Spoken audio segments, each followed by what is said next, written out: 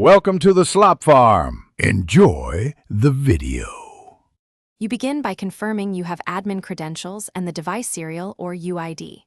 Connect the iPad to a trusted network and make sure the MDM server is reachable. Otherwise, the unenroll will fail. Once done, back up the device to iCloud or a computer to preserve user data. This is essential.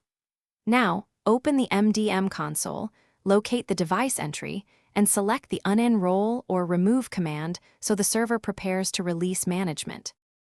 You now execute the unenroll. Send the remote unenroll or remove device command from the MDM console and watch the device status.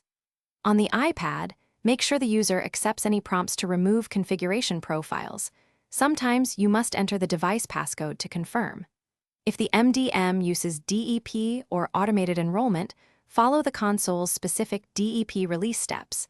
This prevents re-enrollment. Monitor the console until it shows the device as removed, and then reboot the iPad to apply changes. Finalize by checking settings right arrow general right arrow VPN and device management to confirm profiles are gone. If the iPad still shows as managed, make sure it was removed from Apple Business/School or DEP.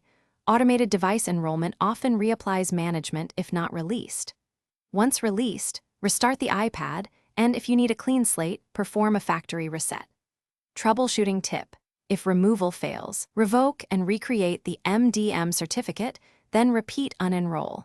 That often clears stubborn server binding. Thanks for watching. Consider subscribing if we helped you today.